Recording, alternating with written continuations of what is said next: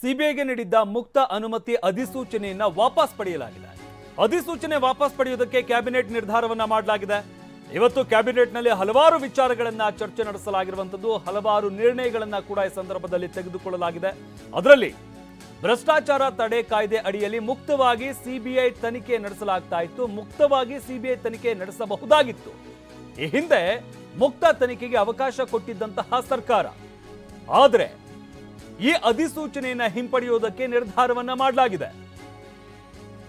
CBI ದುರ್ಬಳಕೆ ಆಗಬಹುದು ಎಂಬ ಚರ್ಚೆ ಆಗಿದೆ. ಆ ಕಾರಣದಿಂದಾಗಿ ಈ ಒಂದು ಅಧಿಸೂಚನೆಯನ್ನ ವಾಪಸ್ ಪಡೆಯಲಾಗಿರುವಂತದ್ದು.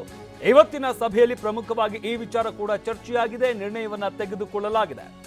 ಕರ್ನಾಟಕ ರಾಜ್ಯದಲ್ಲಿ ಅಪರಾಧ ಪ್ರಕರಣಗಳನ್ನ ತನಿಖೆ ಮಾಡೋದಕ್ಕೆ ಮುಕ್ತ ಅವಕಾಶ ಇತ್ತು. ಆದರೆ ಇನ್ನು ಮುಂದೆ ಸಿಬಿಐ ಪ್ರಕರಣಗಳನ್ನ ತನಿಖೆ ಮಾಡಬೇಕಾದ್ರೆ, ಪ್ರಕರಣಗಳನ್ನ ಕೈಗೆತ್ತಿಕೊಳ್ಳಬೇಕಾದ್ರೆ ರಾಜ್ಯ ಸರ್ಕಾರದ ಅನುಮತಿಯನ್ನ ತೆಗೆದುಕೊಳ್ಳಬೇಕಾಗುತ್ತೆ. ಸಿಬಿಐಗೆ ನೀಡಿದ್ದ ಮುಕ್ತ ಅನುಮತಿ ಅಧಿಸೂಚನೆಯನ್ನ ವಾಪಸ್ ಪಡೆಯಲಾಗಿದೆ. ಅಧಿಸೂಚನೆ ವಾಪಸ್ ಪಡೆಯುವುದಕ್ಕೆ ಕ್ಯಾಬಿನೆಟ್ ನಿರ್ಧಾರವನ್ನು ತೆಗೆದುಕೊಳ್ಳಲಾಗಿರುವಂತದ್ದು. ಭ್ರಷ್ಟಾಚಾರ ತಡೆ ಕಾಯ್ದೆ ಅಡಿಯಲ್ಲಿ ಮುಕ್ತವಾಗಿ ಸಿಬಿಐ ತನಿಖೆಯನ್ನ ನಡೆಸಬಹುದಾಗಿತ್ತು.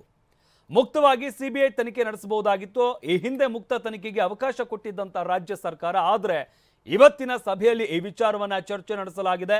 ಈಗ ಹಿಂದಿದ್ದಂತ ಅಧಿಸೂಚನೆಯನ್ನ ಹಿಂಪಡೆಯುವುದಕ್ಕೆ ನಿರ್ಧಾರವನ್ನ ತೆಗೆದುಕೊಳ್ಳಲಾಗಿದೆ.